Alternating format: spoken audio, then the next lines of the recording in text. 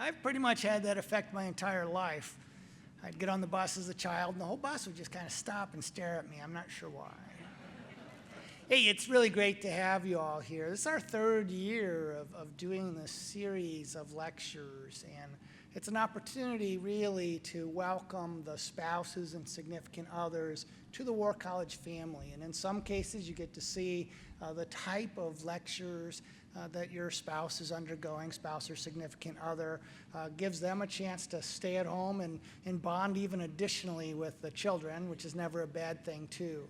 I was joking, but it's not too much of a joke, that traditionally little groups form, and after you hear this extraordinary lecture, you'll be compelled to go out to dinner to talk about it, and then it just becomes a growing social network. And speaking of social networks, we really couldn't do this on our own.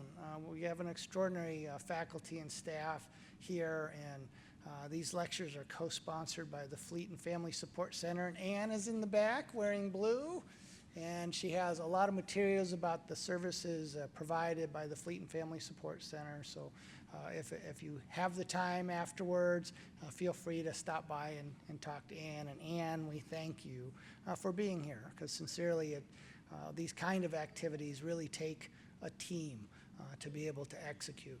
I guess I should have started off by telling you who I am. I'm that guy in white with the attractive $7 haircut. And I'm Jeff Harley. I work for the faculty and staff here at the college. So later you'll see the list of lectures that are provided here, and it's pretty extraordinary. It's just a wide range of topics, all designed to give you a little bit of exposure to the many, many topics presented to the students who attend your U.S. Naval War College. And it's a chance for us to give back to you, to thank you for your contributions to the families, and to the service that you've all signed up for. So I thank you so much for that. So with that, I'm going to introduce the program coordinator, Professor Pilati. He's going to provide some administrative remarks before we get to the core of the evening. God bless you all. Oh, well, one last administrative note is we have some children here, including me. Children crying are just the voice of God trying to get out, so we'll just make an agreement ahead of time that we're all just going to put up with it, and it's all going to be good, okay? So thank you, everybody. Thank you, Admiral Harley. Hey, good afternoon and Happy New Year. Happy holidays to everyone. As Admiral Harley said, I'm Dave Pilati, and I will serve as your host or your moderator for the next 10 lectures at a minimum. Okay, the sheet that you have in front of you, if you grabbed a handout, those are the 10 that are definitively scheduled. We're waiting on at least one, if not maybe two, guest lecturers from outside the college's faculty that we will add on as the year progresses. If you could please sign in, and if you'd like to put an email down, that allows us to make sure you get updates if we have inclement weather and have to postpone one, or if we're going to have an add-on, we can give you plenty of heads up on the date. Just to reiterate what Admiral Harley said, many thanks to Ann from the Fleet and Family Support Program. We really appreciate you being here. And before I introduce this amazing lecture that you're going to see, just a couple of notes for those of you who didn't get to come to the one prior to the holidays when we kicked off. If you make 80% of the lectures, you are entitled to get a really cool certificate signed by Admiral Harley that says that you participated in more than 80% or more of the lecture series. It is suitable for framing. It's very, very cool. I'm going to come to at least 8 so that I get one myself. Okay. We're going to promise to finish on time, so I'm going to talk really quick here to get to Dr. Maurer. So we're shooting for a 5:45 finish. If you need to get up and leave at any point, we understand. We also anticipate if you're coming late, don't feel like you can't walk in late. Just come and stay for as much of these as you possibly can. As a general rule, we will not be distributing copies of the slides for the most part because some of the material may be part of future faculty work or publications. However, whenever possible, as with tonight's lecture, John, you're okay with sending out some of the slides here later on? Absolutely. We will send those out, and again, if you sign your email in next to your name, I'll make sure you get copies. Finally, feel free to take notes and talk about the material presented here with your family, friends, and the whole network at large. Just be aware that our speakers' views throughout the entire INS lecture series are theirs and do not necessarily reflect those of the Naval War College, the Department of the Navy, or the Department of Defense. I'll say that so that the other faculty don't have to. Now, on to this awesome presentation for tonight. Professor John Maurer is the Alfred Thayer Mahan Professor of Sea Power and Grand Strategy, and he has also served as the chair of the Strategy and Policy Department here at the Naval War College. He's a graduate of Yale University and holds a master's in law and diplomacy as well as a PhD in international relations from the Fletcher School at Tufts University. He has served on several key editorial and advisory positions, to include the Secretary of the Navy's Committee on Naval History, the Foreign Policy Research Institute, and the Churchill Center. And as you were about to see, he is by far one of the most popular lecturers here in Newport. I feel lucky every day that I've been here for 14 years and get to hear him speak numerous times in a year. Ladies and gentlemen, Dr. John Maurer.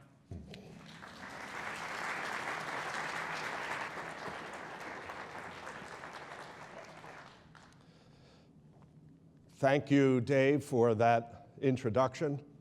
Admiral Harley, thank you for putting on this series for the spouses here at the college. This evening, once we get the first slide to come up, this evening I'm going to talk about events of 100 years ago. 1918, 1919 marked the 100th anniversary of the end of the First World War. And so we're going to look back 100 years to see where the United States was at that time, where the world was at that time. You're going to see that many of the things going on at that time echo in some way with events going on today. Now, the big theme that I'm going to talk about tonight is about the interplay between American domestic politics and American behavior on the world stage during this period around the First World War. Now, the President of the United States during the First World War was Woodrow Wilson. And here is a portrait of him from 1919, 100 years ago. Now, Wilson was one of the leading scholars in the United States. He was very well educated at Davidson University, Princeton University, went on to a law degree at University of Virginia, and received a PhD in political science from Johns Hopkins University. He was one of the leading academic figures in the United States. He held teaching positions at Bryn Mawr College, Wesleyan College, and Princeton University. He went on to become president of Princeton University. He was an author of several important books. He was probably the world's leading scholar, academic, on the American Constitution. He made a transition from the academic world to the political world. Now, the last major book he wrote was this one here, Constitutional Government in the United States, dating from 1908. And at that time, the United States was the rising power on the world stage. And Wilson, who had studied the American Constitution, our political institutions, our domestic politics, he understood that the changes in the world environment, the rise of the United States as a great power on the world stage, was going to have an impact on our domestic politics, on our political institutions. And so in this book, he tried to examine what this meant. And in the book, he highlights that our presidents can never again be focused just on domestic politics. Instead, American presidents now have to take a broader view beyond the United States to look at the U.S. role in the world. The United States, as he highlighted, has become a great power as what he would call of the first rank, one of the strongest economic powers in the world. Indeed, by this time, the United States is the strongest, the largest, the greatest industrial power in the world. It had surpassed Britain as the leading manufacturing power. The United States has risen to that first rank of great power. And Wilson wanted to highlight that because of that, our president must always recognize that he is now a leader of a great power on the world stage, and whether he will act greatly or wisely or not. Well, this is a story about Woodrow Wilson. Would he act greatly and wisely or not? Again, he then made the transition from being an academic leader to the political world. Well, let's go forward to the election of 1912, the presidential election of that year. Wilson had moved from being president of Princeton University to being governor of New Jersey, and then put his hat into the ring and was nominated by the Democrats to run for the presidency. Now, the election of 1912 saw three major candidates run for the presidency. One was the sitting president, the Republican, William Taft. Taft was a really outsized figure, over 300 pounds. He had a special large bathtub in the White House. Look at that mustache. Isn't that a great mustache? Well, running against him was a fellow Republican who had bolted from the Republican Party, wanted the Republican nomination, but didn't get it. Taft got it. Theodore Roosevelt. What a great photograph. See him there at those outsized gestures. You can just imagine him saying, "Bully," right? And look there, you see the gentlemen of the press with their straw hats. What has happened to straw hats? Well, there he is delivering a speech. He ran as an independent, the Bull Moose Party, the Progressive Party, because the Republicans nominated Taft instead of him. Well, while out campaigning for the presidency in Milwaukee, there was an assassination attempt. And this is the headline from the New York Times. Don't you just love this? Maniac in Milwaukee. That really has a ring to it, doesn't it? Maniac in Milwaukee takes a shot at former President Theodore Roosevelt, but notice they call him Colonel Roosevelt. He's the Rough Rider of San Juan Hill, the great war hero of the Spanish-American War. And when you read the column there, it says, bullet in the right breast, doctors say the wound is not serious, lung not penetrated. By the way, talks with physicians while waiting for X-ray machine. By the way, the man who shot former President Roosevelt had stalked him for several weeks. He had a dream. This assassin, that former President William McKinley had been president. He had been assassinated in Buffalo, and Theodore Roosevelt had been vice president, and that's how Theodore Roosevelt became president. Well, anyway, this assassin had a dream in which former President McKinley came to him and said that Theodore Roosevelt was behind the assassination. Avenge my death. Well, I guess that's why he gets the label there of maniac. Theodore Roosevelt survived this assassination attempt and went on the campaign trail. Running for the Democrats, again, was Woodrow Wilson. Now, in this three-way race, this is how it turned out. And what you see here, the red states in the Electoral College are for the Democrats. The blue states here are for the Republican Taft. And the green states are there for the Progressive Party, the Bull Moose Party, Theodore Roosevelt. And as you can see, the independent ran better than the incumbent president of the United States.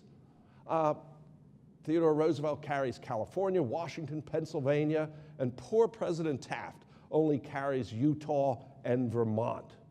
Now, when you look at the popular vote, you see that Wilson, though he's elected president with an overwhelming vote in the Electoral College, nonetheless, he only has a little more than 40% of the popular vote in this three-way race.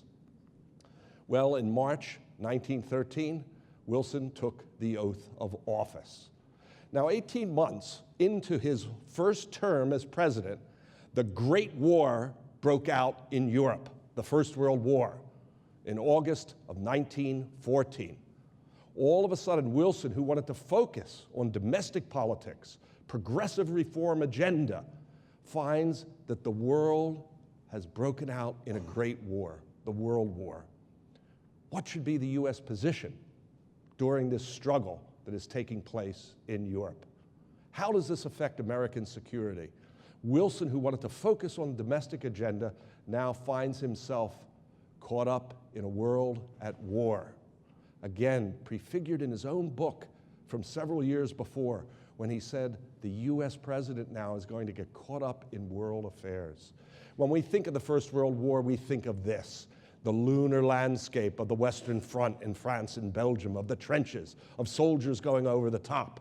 And here you see French soldiers going over the top, and this poor French soldier being shot as he charges toward the German trenches.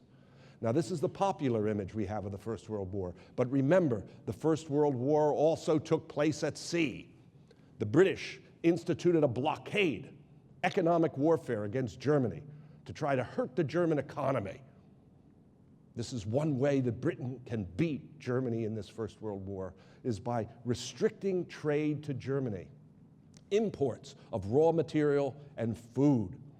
Now, for the German people, how do you respond to this British blockade, what the Germans call the hunger blockade, because it's starving the German people?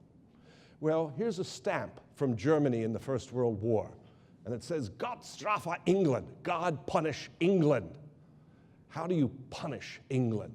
Well, the instrument of punishment is the submarine, going out on the dawn patrol. You can see the sun rising there on the horizon, and out goes the submarine. The submarine is going to range out into the Atlantic Ocean in the waters around the United Kingdom to strike at British trade, to hit British shipping.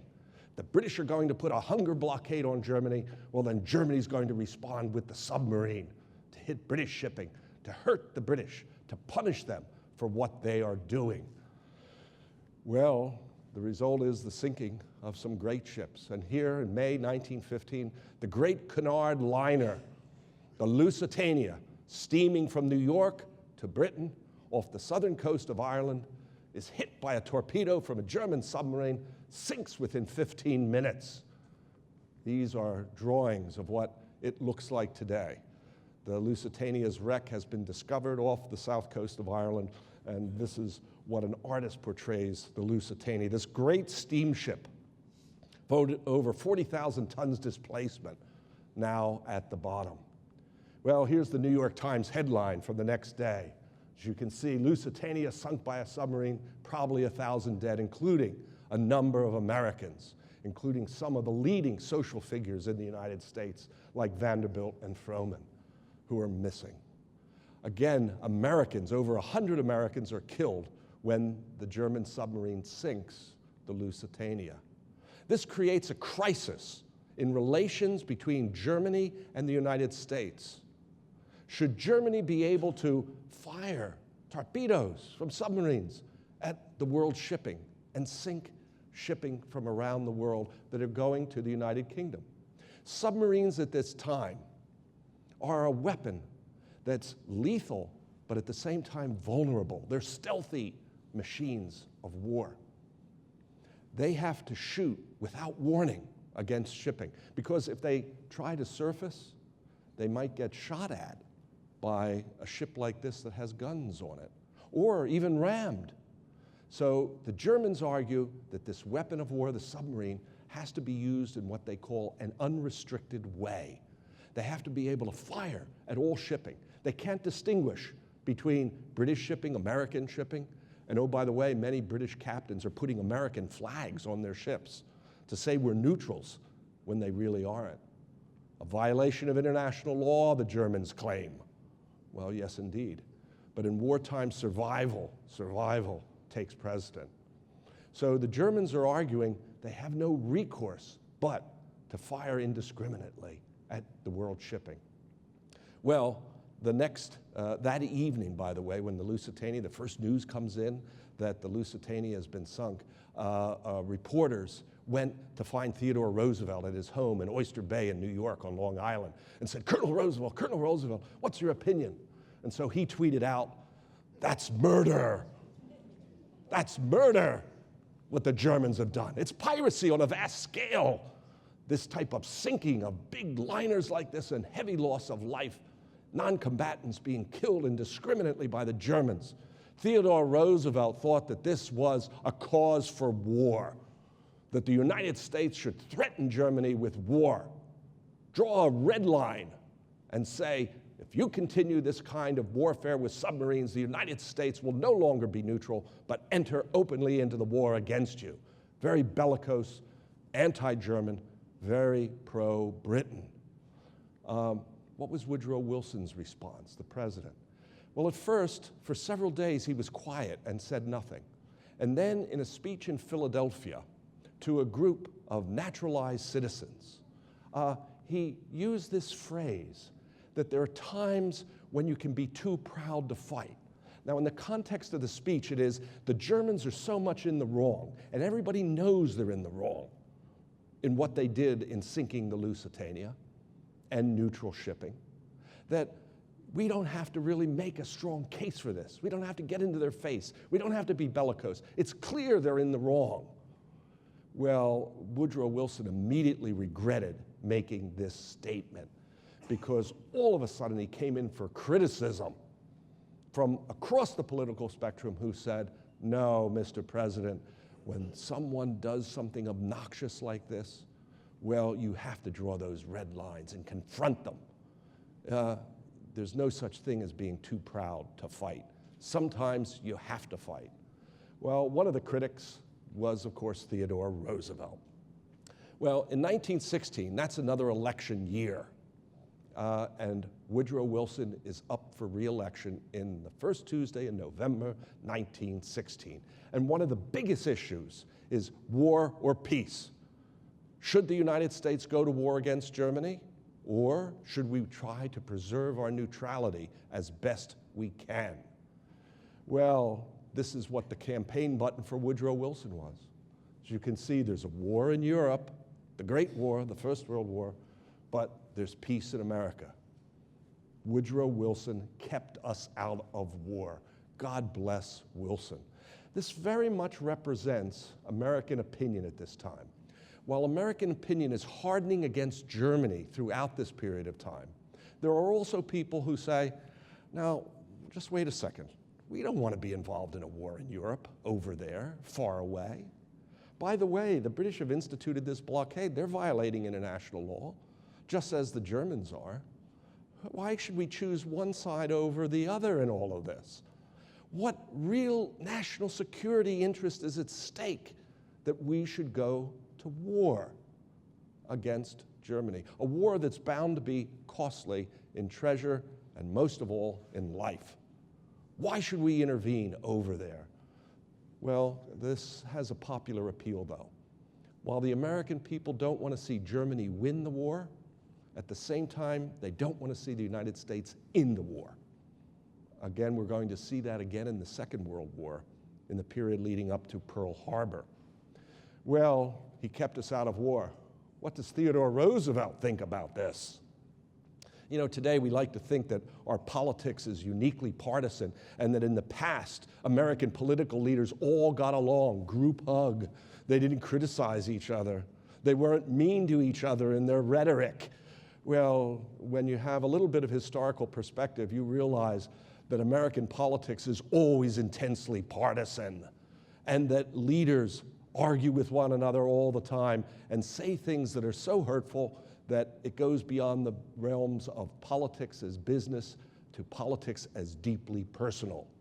Well, this is what Theodore Roosevelt wrote in a newspaper column, that President Wilson is guilty of ignoble shirking of responsibility. He's used a misleading phrase, the phrase of a coward. Here's a former president calling the sitting president a coward because he uses the phrase, he kept us out of war. Again, Roosevelt thinks that Germany must be confronted even to the point of going to war. Well, Woodrow Wilson responded to Theodore Roosevelt in this speech in northern New Jersey to a group of young Democrats, college students, and this is what Wilson had to say. He doesn't mention Roosevelt by name, by the way. He says a very articulate voice, meaning Roosevelt. Shot through with what? Bitterness. Losing elections, in other words. You're bitter because you don't win elections. Every form of hate, ugly hate. Look at that. Debased purpose, revengeful. That's how Wilson is characterizing Theodore Roosevelt. These two men don't like each other. I'm sure you've gotten that already. And on a deeply personal level, they don't like each other. It's not just about politics and whether the U.S. should be in the war or not. It's also a matter of character. They don't like each other.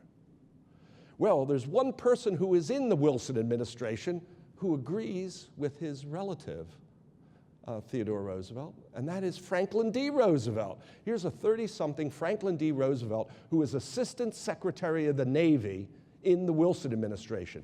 The number 2 civilian position in the U.S. Navy at this time, in the period of the First World War, is Franklin D. Roosevelt. And behind the scenes, to his friends, Franklin D. Roosevelt agrees with Theodore, which is, we've got to get into this war. If the U.S. doesn't get into this war, Germany will win the war. Now, publicly, he's not going to say that. He's going to be loyal to his boss, the president. But behind the scenes, he agrees with Theodore. And go forward 25 years, Franklin D. Roosevelt as president in 1940 and 41 also believes that the United States has to get into that war, the Second World War, or else Germany will win it. To look at the Second World War, you also have to look at the First World War, because the leaders of the Second World War all had experience in the First World War, an experience that went deep.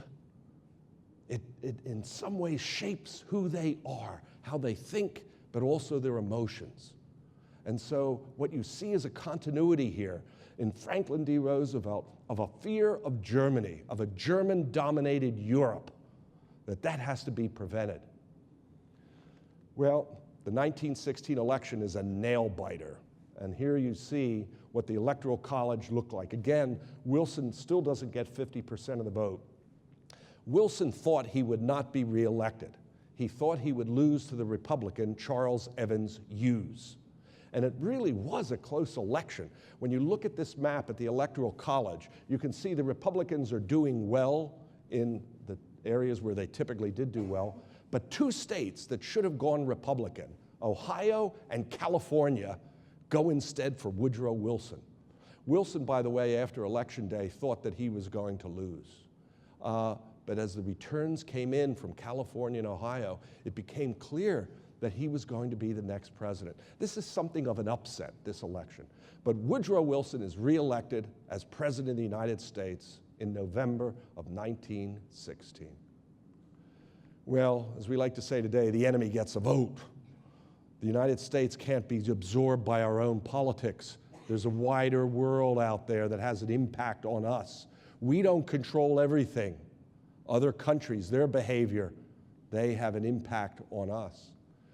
Well, Germany, under Kaiser Wilhelm II, has decided that the only way, he as generals and admirals have decided that the only way that Germany can win this war is resorting to that unrestricted submarine warfare. And here you see a painting by a German artist by the name of Willi Stauer. Stauer was the Kaiser's favorite maritime artist. And what do you see here? You see a German submarine deck gun being pointed toward an American ship with a big American flag. Another Willi Stauer sending it to the bottom. Again, the Kaiser is, the Americans are confronting us. Their neutrality is helping Britain. American armaments, American funding is going to the British and the French. They say they're neutral, but their neutrality actually favors Germany's enemies. Germany has to respond with the submarine, go after all of shipping, neutral shipping, including the U.S. Now, Wilson has made clear that this is a red line, that if Germany pursues unrestricted submarine warfare and sinks American ships, that the United States will go to war. Well, in January 1917, the Kaiser's regime, his generals and admirals, have a big council of war, and they decide they must go ahead with unrestricted submarine warfare if they're going to win the war. The red line is crossed. The enemy has voted. And so in April 1917, President Wilson went to a joint session of Congress and asked for a declaration of war. And on Good Friday, 1917, the Congress passed a resolution for war against Imperial Germany. Now, in the address, and here's the front page of the New York Times the day after the president's speech, the president lays out the reasons why the United States has to fight against Germany. And one of the most famous phrases that comes from his speech is that the world must be made safe for democracy. Peace, a genuine peace in the world, for the United States to be at peace, must be planted upon what? The tested foundations of political liberty. Wilson is highlighting something that's important to us today. The United States is most secure, most at peace, when the world is more democratic, when there are other democracies out there. Democracies don't fight each other. It's called the democratic peace theory by political scientists today. The way to promote world peace is to expand democracy around the world. A world that doesn't have democracies, more authoritarian regimes, will pose a threat to the United States. And if that happens, then American civil liberties have to be curtailed. The more dangerous the international environment is, the less we can have at liberties at home, because to be secure, to protect ourselves, we have to make sure that the enemy can't strike us. And so we have to build up a national security state, a military-industrial complex. We have to build up security services like the FBI and all the rest to keep track of terrorists. By the way, there's a fear of German terrorists at this time because there was a big explosion in an ammunition factory in New Jersey before we went to war. The explosion was so great that it rattled windows in Manhattan. So again, you have to have security services, police services, to make sure that you're safe against this kind of attack. Well, a more peaceful world means a more democratic world. A more dangerous world, a more insecure world is going to have an impact on our own ability to have civil liberties, liberty, freedom at home. This is an important debate. What is the balance between security, curtailment of civil liberties in a dangerous world? And it's one we face today, of course, in dealing with terrorism. How much do we want to curtail our own liberties to make us feel secure? And again, there's a trade-off there. This is one of the things that stretches back 100 years that Wilson is dealing with, that we deal with today. It's one of those things that resonate with us today.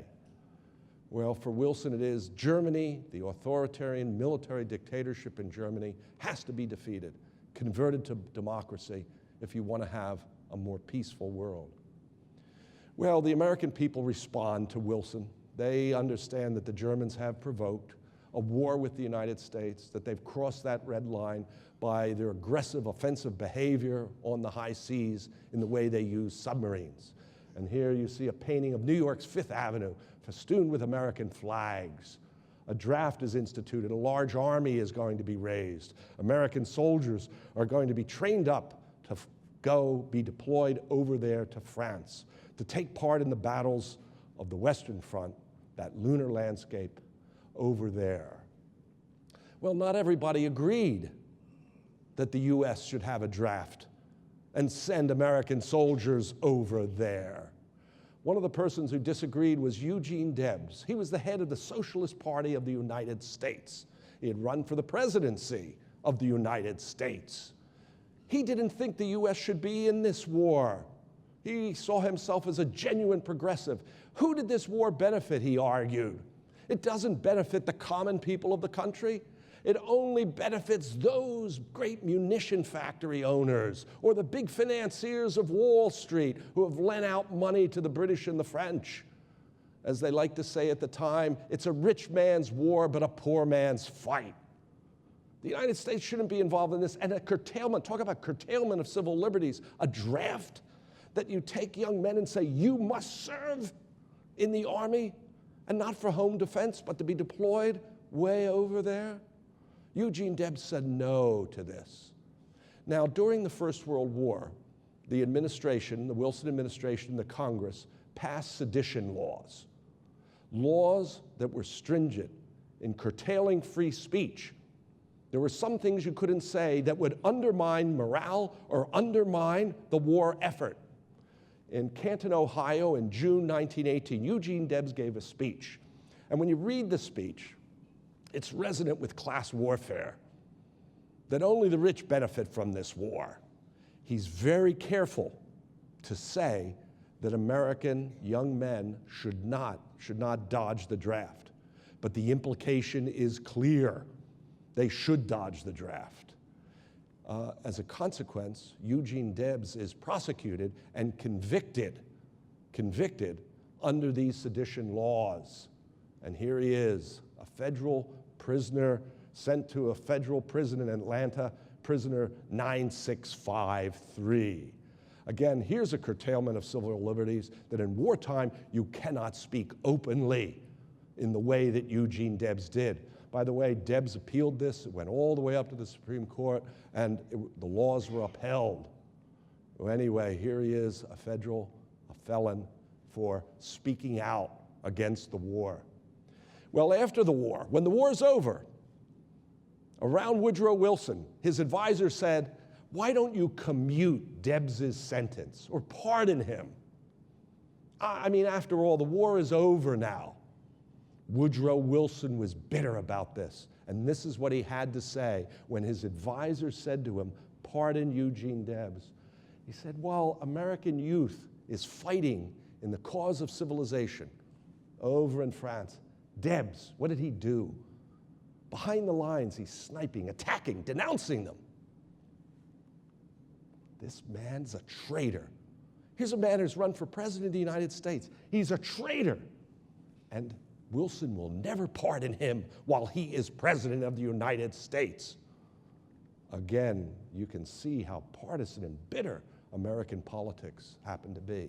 Now, in the 1920 presidential election, after the war was over, Eugene Debs, while still in a federal penitentiary in Atlanta, ran for president of the United States. As a felon, he can't vote, but he can run for president.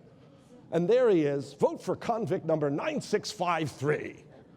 By the way, Eugene Debs got almost 1 million votes from his prison cell in the 1920 election. He was eventually, his sentence was commuted by the Republican president who came in 1921, Warren G. Harding. In fact, the Republican Harding not only commuted Debs' sentence, but invited him to dinner at the White House. Again, there, an act of reconciliation. The American left, when you look at the history of the American left and American history, this episode of Debs' imprisonment, a leader of a major political party in the United States, is something that still rankles to this day. When you say Woodrow Wilson to someone on the far, they go, oh, that man was terrible because he put Debs in prison. Well, again, what's the enemy going to do? How do they vote in all of this? Well, Kaiser Wilhelm has to win this war, and they decide, Germany's leaders decide, they have to launch a big offensive in France before the American soldiers can come over to France. And what's known as the Kaiser's Battle begins on March 21st, 1918. And here's what the German plan is. Here's the Western Front in France, where the battle lines are drawn.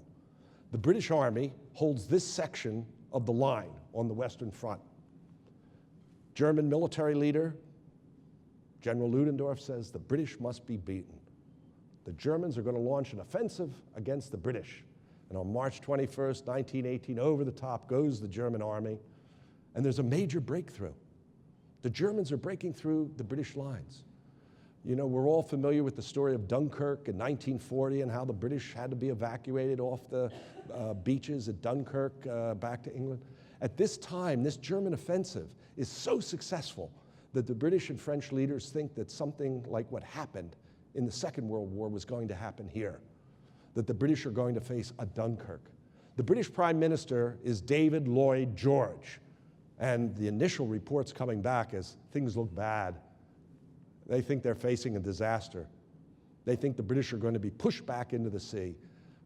British are planning at this time, they think they might be able to get about half the British Army out if they have to evacuate, if the Germans break through and win. Well, the British ambassador, Lord Reading, goes to Woodrow Wilson and says, we need American troops. We need them quickly. This has to be the highest priority for shipping. You have to send American soldiers over to France because otherwise the Germans will win. And Wilson's response was he's going to do his best to get American soldiers over there. Well, I have a homework assignment for you. Tonight, when you go home, go to YouTube and put in Enrico Caruso, the great tenor of this time. The Lady Gaga of his time, I don't know, whatever. But anyway, the big pop star of the time, great opera singer, and he sings Over There. Go listen to that. It's very moving. Well, American soldiers are going to go over there. Of course, it means getting across the Atlantic, transporting soldiers, and again, the highest priority goes to sending soldiers over. The soldiers can go over because the US Navy, the Royal Navy, the French Navy cooperate. Here's American destroyers providing escorts, winning that Battle of the Atlantic against the German U-boats in the First World War, to be able to transport in convoys and troop ships American forces over to France. This is important because without this American contribution, it is likely that the Germans would have won in 1918 on the Western Front. The plan for the United States was that the US was going to raise an army of over 4 million soldiers, that 2 million of those soldiers would be sent to France by the end of 1919. The thinking was that build up a big American army by the end of 1919 so that in 1920 the war can be won by a big American offensive. Well, what happens is because of this emergency of the German offensive, that they have to stop the German offensive, that this timetable is accelerated. And so by the end of 1918, there are 2 million American soldiers in France. In other words, twice the pace that was expected. And the American soldiers are going to play a key role in blunting the German offensive and pushing it back. The 1st Infantry Division going over the top in that lunar landscape, fighting against the Germans on the British sector of the front, turning back the German offensive there. The Marines in the 2nd Division fighting at Belle Wood outside of Paris to turn back the German offensive. Again, these stories, if you go to the 1st Division Museum, and of course the Marine history of Belle Wood and the Marine contribution to stopping the Germans, this is part of our history. The American forces on the ground and at sea and in the air play a critical role in blunting that German offensive, preventing Germany from winning. And not only do they stop the German offensive, but there's a transition to the offense to push the Germans back in the summer and the fall of 1918. And an American army is formed under General Pershing to carry out the offensive, to be part of the big offensive across the Western Front against the Germans. And as Pershing said, the American people are proud to be involved in this greatest battle that has ever been fought in world history. Well, to take part, while we brought over American soldiers, they were actually equipped with British and French heavy equipment, like artillery tubes. Here you see an artillery piece, a French 75. Well, it's being manned by American soldiers. The soldiers are coming over, but they're being equipped with French artillery, French tanks, British equipment. And here you see American soldiers, that battery firing off against the Germans. One battery commander is this major. Does he look sort of vaguely familiar to you? Let me put him there again. Yes, it's going to be President Truman. Again, here he is, a major fighting on the Western Front in the First World War, is going to be the president that takes over in the Second World War after Franklin D. Roosevelt. By the way, the armistice takes place on November 11th at 11 o'clock. Harry Truman's battery kept firing down to 10:45, 15 minutes up to the armistice. But again, here you see someone's First World War experience, what he saw in the Meuse-Argonne, the heavy casualties that were suffered by the Americans fighting against the German army. He's president at the end of the Second World War. He understands what that loss of life means in every household that suffers from that. He wants to limit casualties as much as possible. Hence, this is part of the background of the whole decision to use nuclear weapons against Japan at the end of the Second World War. Well, Americans riding in French-built tanks into battle against the Germans, and of course, the infantry going over the top fighting. Well, an armistice is signed, goes into effect at the 11th hour, the 11th month, November 11th, 1918. And here's the New York Times headline: "The Kaiser's regime is overthrown by a revolution in Germany, and the fighting stops on the Western Front." It's important to note, though, that while the First World War ends on the Western Front on November 11th, there's still a great deal of fighting that takes place in Eastern Europe and in the Middle East, right down to 1923. So if you live in the Middle East or in Eastern Europe, the First World War doesn't end on November 11th, 1918. The war continues over in the East and in the Middle East. Well, because of the armistice, the Congress, Capitol is illuminated. And this is a photograph showing the Capitol Hill on November 11th. Of course, because of the time difference between the Western Front and here in Washington, it's still dark in November 11th. But the Capitol is lit up to celebrate. Now, 1918 is also an election year. As the war is coming to an end in Europe on the Western Front, there is a congressional election that takes place, a midterm election, just like we had back in November, in which all members of the House of Representatives are up for election, and about a third of the Senate seats are up for election. Now, up to this point, the Democrats, Woodrow Wilson's party, controls the House and the Senate. But in this election of 1918, the Republicans seize control of the House and also squeak by and seize control of the Senate. So now you have a president who's a Democrat who is facing an incoming Congress that is led by the Republicans. Again, here you see American domestic politics at work of two parties, partisan politics that's going to shape, as you'll see in a moment, the peacemaking. Well, Woodrow Wilson goes over to Europe to negotiate an end of the war with Germany. And he has to deal with David Lloyd George, the British Prime Minister, and Georges Clemenceau, the Tiger, who is the Prime Minister, the Premier of France. Well, here's Clemenceau. Again, those wonderful mustaches of that time. Clemenceau, what did he think about Woodrow Wilson? It's like talking to Jesus Christ. By the way, Clemenceau came to the United States at one point, taught French at a girls' school down in Connecticut. He was fluent in English. He really thought that Wilson was sort of a pompous character, so full of himself and arrogant. In fact, Clemenceau also said that the Lord Almighty only gave us 10 commandments, but Woodrow Wilson gave us 14 points, the war aims of the United States. Well, again, Clemenceau, he wants a harsh peace on Germany, a vindictive peace to make sure that Germany can never recover and invade France again. Woodrow Wilson wants to have a softer peace on Germany, something that reconciles the Germans to their defeat and brings them back into a community of nations, into a League of Nations eventually. Well, David Lloyd George, the British Prime Minister, what's his view? Well, look at this backhanded comment. I'm one of the few people who think Wilson is honest. Again, the implication is most people don't think that Wilson is honest, that he can't be trusted. Woodrow Wilson has to get involved in some really hard bargaining with Clemenceau and the British Premier to produce what is known as the Treaty of Versailles. And in the Palace of Versailles, outside of Paris, on the 28th of June, 1919, the Germans' delegation is brought forward to sign the Treaty of Versailles. This is the peace treaty between the United States, France, Britain, and Germany.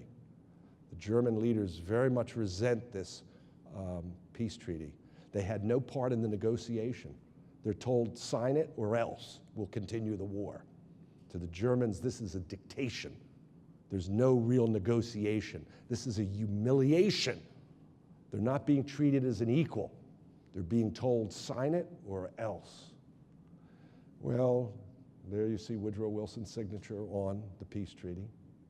Now, part of the peace treaty was something known as the Covenant of the League of Nations. It's a peace treaty with Germany, but it also is establishing a new international organization, a League of Nations to preserve the peace. Well, Wilson comes back to the United States, and he now has to sell to the Senate that ratifies treaties this Treaty of Versailles that includes the Covenant of the League of Nations. Well, there's a big treaty battle that takes place because now Republicans control the Senate. And what happens is there's a group of Republicans, about 10 to 15 senators, who are known as the irreconcilables. The two most prominent are William Borah of Idaho and Hiram Johnson of California. Under no circumstances do they want any treaty signed by Wilson. They see this treaty as entangling the United States in European affairs. The United States is secure in the Western Hemisphere. We don't have to be engaged out there trying to police the world. That's not America's job. It will commit us to an endless line of wars, security commitments. They're opposed to it. And they're in a fighting mood, as you can see Senator Johnson. Oh, yeah, there we go. Putting his dukes up there. Well, is compromise impossible? Isn't there some ground, middle ground? And here, can you get to yes? And you get to yes by having what they call reservations or amendments. The Senate will go along with the treaty. Enough Republicans will go along with Democrats to be in favor of the treaty, so long as there are some amendments, some reservations with regard to the treaty. The leading figure of the Republican Party in the Senate is Henry Cabot Lodge of Massachusetts. He is not only the Republican leader in the Senate, he is also the head of the Senate's Committee on Foreign Affairs. He is a leading figure, political figure in the United States. He had been a close friend of Theodore Roosevelt.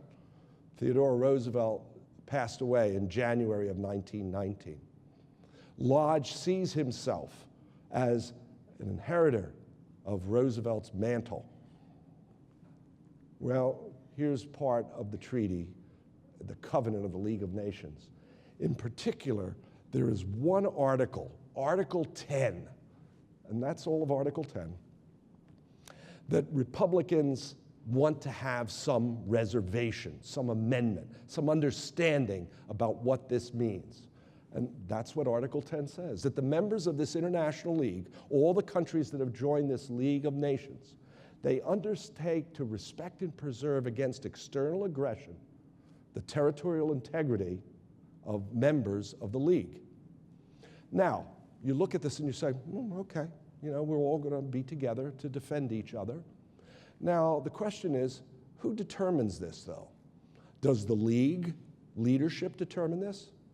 Should the United States go to war to defend the territorial integrity of another country without a vote by the Congress? What Republicans are saying is that the Congress declares war. What has primacy, this treaty or the Constitution of the United States? The League should not determine whether the U.S. goes to war or not. By the way, there are many Americans who don't agree with this. There are Irish Americans who say, why should we commit ourselves to defend the British Empire? At this time, the Irish people are fighting a war of independence against the British Empire, a war of terrorism and counterterrorism. Michael Collins, the great leader of the Irish independence movement, military leader. Irish Americans say, we don't want to stand up for the British Empire. If the British Empire is attacked, why should we be involved? If Japan attacks China, should we rush to the defense of China? These are important questions. And so the Congress wants to have a reservation in there that says, by the way, if the U.S. is going to live up to this obligation, you have to consult the American people. Now, this is common sense, of course. So, I mean, the Republican line is not far-fetched in all of this. It is that the U.S. will only go to war, only support other countries if there's enough political support at home for this. And so this is a recognition of reality in some way. By the way, the British and French leaders tell President Wilson, tell the American public, they're in favor of that reservation because the British and French are the same way. If the League says, oh, we have to defend another country, of course the British public are going to have to be asked. The French public are going to, is it in their interest to do this? So again, the British and French leaders are not opposed to this type of reservation. Woodrow Wilson, however, sees this as somehow gutting the whole covenant of the League of Nations. What makes for collective security of all these countries banding together is that it seems automatic that if one is attacked, all will rush to the defense of the other. This is very much like Article 5 of the Atlantic Alliance that we have today. If one member is attacked, it is an attack upon us all, and we will then respond accordingly. Woodrow Wilson sees, in a way, the League of Nations, this covenant, as being something akin to what we have in the Atlantic Alliance today. Well, there's a big treaty fight. Lodge says, hey, I'll go with the treaty, but it has to be amended. And here you see a cartoonist view of Henry Cabot Lodge. The poor peace treaty has been so carved up that, oh, it doesn't look healthy at all, does it? Well, Woodrow Wilson, he's opposed to any reservations. And so he decides to go around the Senate and go on a speaking tour across the United States. Here he is in Berkeley, California. And while on this speaking tour, going around the country, he is deeply moved by the reception he gets from the American people. Mothers of young men who had lost their lives in France would come up to him and say, God bless you, President Wilson. Children would come up and swarm him. And in his own mind, he thought, I know I'm right, I know I'm right. I don't want to have a repeat of this great war in which so many Americans have lost their lives. He tells people, who are my real constituents? It's these children. I don't want them ever to have to go and fight another great war like we have just fought. Wilson was very emotional on this tour. Well, at the end of September in Pueblo, Colorado, and here's a photograph of him delivering this speech, all of a sudden he becomes ill. He has to cancel the speaking tour. His doctors say, we have to get you back to Washington as quickly as possible. They get him back to Washington, and he suffers a stroke that paralyzes him on the left side. It's very touch and go. For about a month, he's incapacitated. But he recovers. His second wife, Edith, plays a major role in bringing him back to health. She's very protective of her husband at this time, in guarding who gets to see the president. There are three people that are very important: Edith, his doctor, Dr. Grayson, and also Joseph Tumulty, one of Wilson's political advisors. These three people are very close in protecting the president at this time of his incapacitation. At the time, some said, maybe we should remove him from office and the vice president should stand up and become president. But the vice president at the time was so loyal to Wilson, he said, I don't want to do that. And so the man who would be president said, no. Wilson recovers, but he hardens in his views. There is no chance of compromise. He will not permit any reservations. The result is that the treaty comes up 3 times for votes, and each time there's not enough votes to get a 2/3 majority to ratify this treaty. And so as a consequence, the United States does not ratify the Treaty of Versailles or the League of Nations covenant or join the League of Nations. Well, for Wilson, this is a bitter blow. And I have another homework assignment for you. When you go home tonight, again, go to YouTube, put in Woodrow Wilson, and then put in radio address to the American people. On the 5th anniversary of Armistice Day, November 11th, 1923, he made a radio broadcast from his home in Washington, D.C. to the American people. You're going to hear the voice of a very weak, infirm man, very angry man. Wilson would die, by the way, only several months later in 1924. And in this speech, This is what he has to say about the American refusal to sign the Treaty of Versailles and join the League of Nations. He said, we've turned our back on those partners that we have in the world.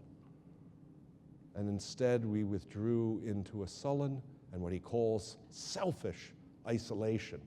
The interwar period, the period between the two world wars, is often considered a period of American isolationism. And it's deeply ignoble, cowardly, dishonorable. This is how America's behaving. This is his characterization of those who voted against him, that the United States, by not joining the League, has made the world less secure, less peaceful in the future. Well, we've done a great wrong to civilization at one of the most critical turning points in the history of the world. Well, a broken man, Woodrow Wilson, who saw his plan for peace be defeated here at home, this interplay of domestic politics with American behavior and action on the world scene, they're connected in a very close way. These issues of civil liberty and national security that are being faced then face us today. How much of a role does the United States want to play in the world? How much do we want to be associated in providing for the security of other countries? These are the questions that Wilson and Americans faced then that we also face today. Thank you very much.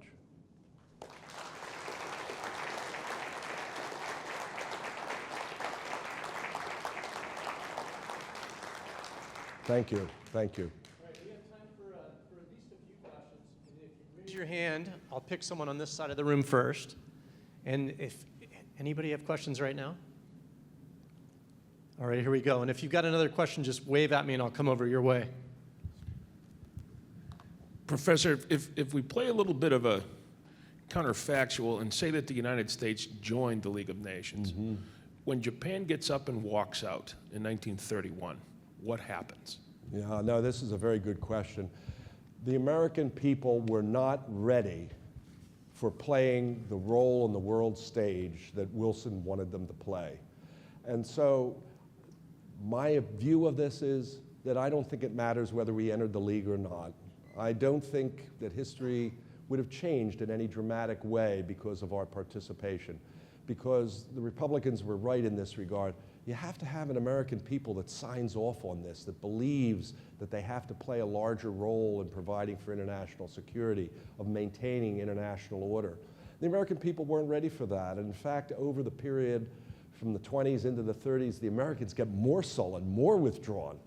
They look back at the First World War as being an aberration, that they shouldn't have been there. And again, the message of Eugene Debs starts to gain a great deal of traction among the American people. So I don't think it would have made much difference after all. It took the shock of Pearl Harbor and the Second World War, Japanese Nazi aggression, that then changes the American mindset to where we're willing to take on a number of alliances and security pacts around the world, first with the Rio Pact of 1947 for the Western Hemisphere, then 1949, the Atlantic Alliance, 1951, the alliance with Japan. So you see us all of a sudden reaching out and saying, we will form alliances for mutual security. But it's a good question. You know, we highlight so much this treaty fight, but at the end of the day, I'm not sure it mattered much whether we were in the League or not. The U.S. was still engaged in the world financially. We took part in the various attempts at economic reconstruction in the 1920s. We condemned the Japanese after their invasion of Manchuria and setting up a puppet state there. But we weren't willing to fight. I mean, President Hoover at the time said, I'm not going to take the American people into a fight with Japan over Manchuria. I can't explain that to the American people. So again, that's a good question. How would history have changed? I think maybe not much.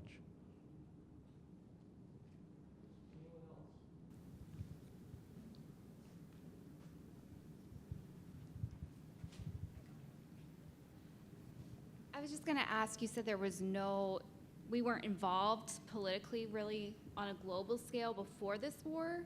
So was there any option for diplomacy beforehand, before there was an actual war? Wilson hoped, once the war broke out in Europe, his hope that he was going to be able to broker a peace between the two sides. He wanted to be seen as the peacemaker. He wanted to keep the U.S. neutral so that the U.S. could act as an intermediary between the Germans on one side and the Allies on the other. The problem is neither really wanted his mediation in this regard. So he hoped to end the war with what he called peace without victory, that neither side would win. The problem is that the British and French on one side and the Germans on the other, they wanted victory. They were aiming at victory throughout. So they didn't want his mediation, and so the U.S. got caught up in this fight between the Germans on one side and the Allies on the other. Again, Wilson wanted to use diplomacy, hope for diplomacy, but diplomacy can only work if the other side wants to be diplomatic, and be involved. Yeah. Does that get to your question, more or less? Thank you. Good evening, sir. I'm Lieutenant Commander Raja. I'm from the Naval Staff College. I'm from India. More than a question, I'm a little inquisitive about a fact. Before the First World War, we saw that once the American population was attacked through introduction of the ships, America was pulled into the war, more by playing into the people and the government part of the Trinity. Mm-hmm. Similar thing happened in the World War II also, wherein the American people felt being attacked. We can, if we consider US being an island from other theaters of war, mm-hmm. the same kind of a issue happened after 9/11 and things which happened in the recent past in the Middle East. Mm-hmm. Now my inquisitiveness is, as on today, the American system has a lot of features which need to be bypassed before the country goes to war. Mm-hmm. But consider, let's say, 50, 60, or even 100 years from today, if there is a country which is growing at a faster rate, I don't want to name a particular country, it might be Russia, China, or any third country. It's growing at such a rate and they want America to get into war mm-hmm. by their own choice. Would attacking the American people be a part of their strategy to pull America into war? Mm-hmm. And if that happens, is America going to play a part of diplomacy, or to wait for something for that to happen to go into war, or take the war to their home front? Mm-hmm. I'm talking about 50, 60, or 100 years from now, sir. Yeah. Thank you. No, it's a good question to try to apply and think about the history. What does it mean for us today? What does it say about the American people? The United States in the early part of the 20th century, 100 years ago, is a different country in so many ways. The American people don't look at the world as being something they should be engaged in a broad way. About as far as the American people wanted to go was the so-called Monroe Doctrine, or what later becomes known as hemispheric defense. We are set apart by the two oceans that you mentioned, sort of an island. We're set apart from the rest of the world, and we ought to cherish that position by minding our own business in the Western Hemisphere and not being as engaged militarily with the rest of the world. Now, isolationism does not mean that we are engaged commercially. We should trade with everybody. But the U.S. should not be giving security commitments far afield. It should be more focused on defense of the homeland.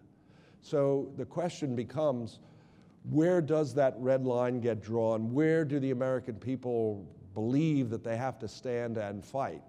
Now, today, the U.S. has taken on a responsibility to be the head of a league of democratic nations. And so one of the places where you see a red line is that if another democracy is attacked that has an alliance commitment with us, you will see, I think, the U.S. honor that commitment. But again, in the international realm, the American people always have to be asked. Sometimes the enemy does have a vote. They don't give you a choice. I mean, Japan's attack on Pearl Harbor, Hitler's declaration of war on the U.S. in December 11th, 41. You don't have a choice. The enemy's coming at you. We saw the same thing on September 11th when they attacked us in New York and in Washington. The enemy is voting by coming right in your face. You have to defend yourself and fight back. So there are those instances where the American people will go along because they've been attacked.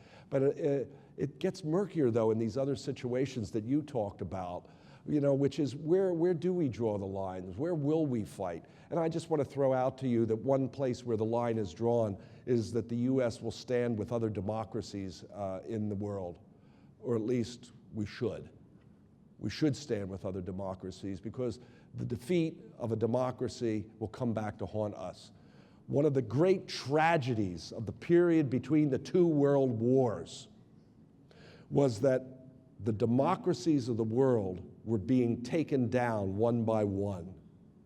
France fell in 1940 to the Nazis. In 1940, the British almost cut a deal with the Nazis if it had not been for Winston Churchill. The world is much less secure for the U.S. if we don't stand by other countries that share our values in political system and respect for human rights. So I think there are some places where we draw the line where we would fight. And that's about, I think, as specific as I can be, given various hypothetical challenges that are out there. Do we have time for one more, Dave? Here, if anybody has a question on this side. If not, John, I'll give you the last word.